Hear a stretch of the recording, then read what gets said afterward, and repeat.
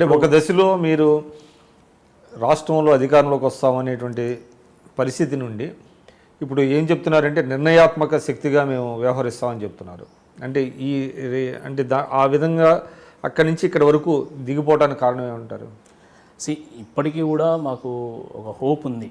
డెఫినెట్గా ఈ రాష్ట్రంలో టీఆర్ఎస్కి ఆల్టర్నేటివ్ బీజేపీ అయితే తప్ప కాంగ్రెస్ కాలేదు. ఎందుకంటే టీఆర్ఎస్ని ఏమని విమర్శిస్తున్నాం, కుటుంబ పార్టీ అంటున్నాం. మరి కాంగ్రెస్ ఏంటండి, కుటుంబ పార్టీ కదా.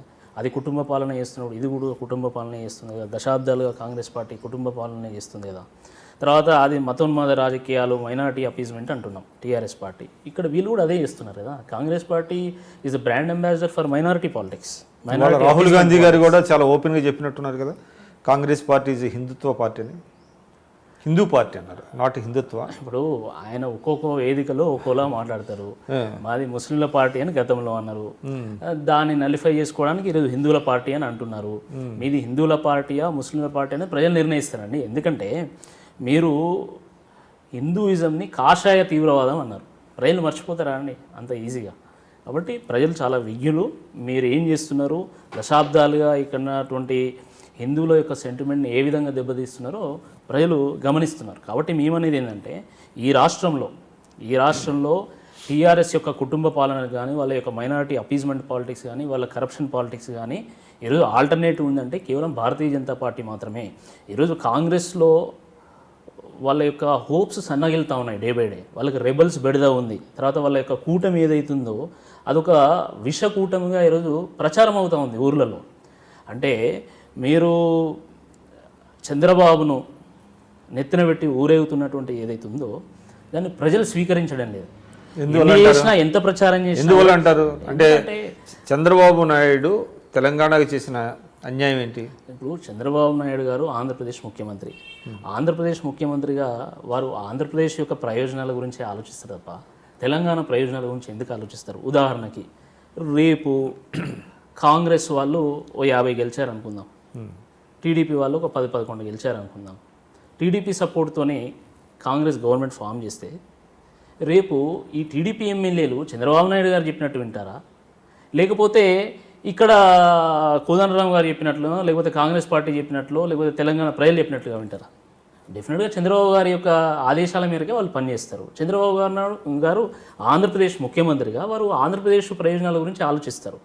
ఈ విషయాన్ని ఈరోజు ప్రజలు అర్థం చేసుకుంటున్నారు. ఎక్కడికి పోయినా కూడా ఈరోజు కాంగ్రెస్ పార్టీకి అది పెద్ద క్వశ్చన్ మార్గం మిగిలిపోతా ఉంది. కాంగ్రెస్ పార్టీకి సొంతంగా బలం లేదు ఈ రాష్ట్రంలో గెలవడానికి. నిజంగా వాళ్ళకి అంత కాన్ఫిడెన్స్ ఏముంటే మొన్న పుట్టినటువంటి టీజీఎస్తో మీరు ఎందుకు పొత్తు గెలవాలి?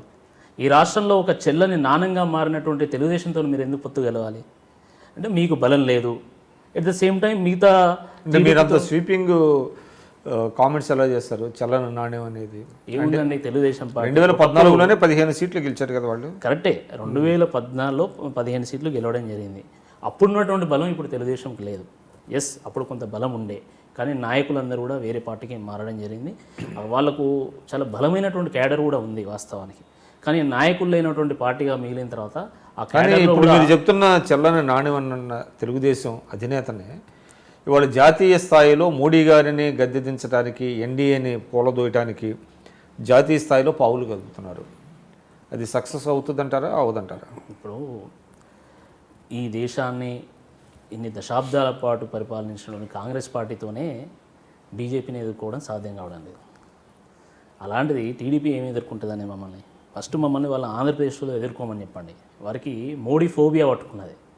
మీరందరూ కూడా ఐ డ్రీమ్ ఛానల్ని సబ్స్క్రైబ్ చేయాలని కోరుకుంటున్నాను. I'm Sucharitha, home minister of Andhra Pradesh. For more videos subscribe iDreams. మీ Chirla Jaggireddy, MLA Kothapeta. For more videos please subscribe iDream. For more videos please subscribe iDream. నేను మీ Jakkampudi Raja. For more videos please subscribe iDreams. I'm Revathi Chowdary. For more videos please subscribe iDream. For more videos, please subscribe to iDream. For more videos, please subscribe iDream. I am Vasireddy Padma, Chairperson of State Women Commission. For more videos, please subscribe iDream.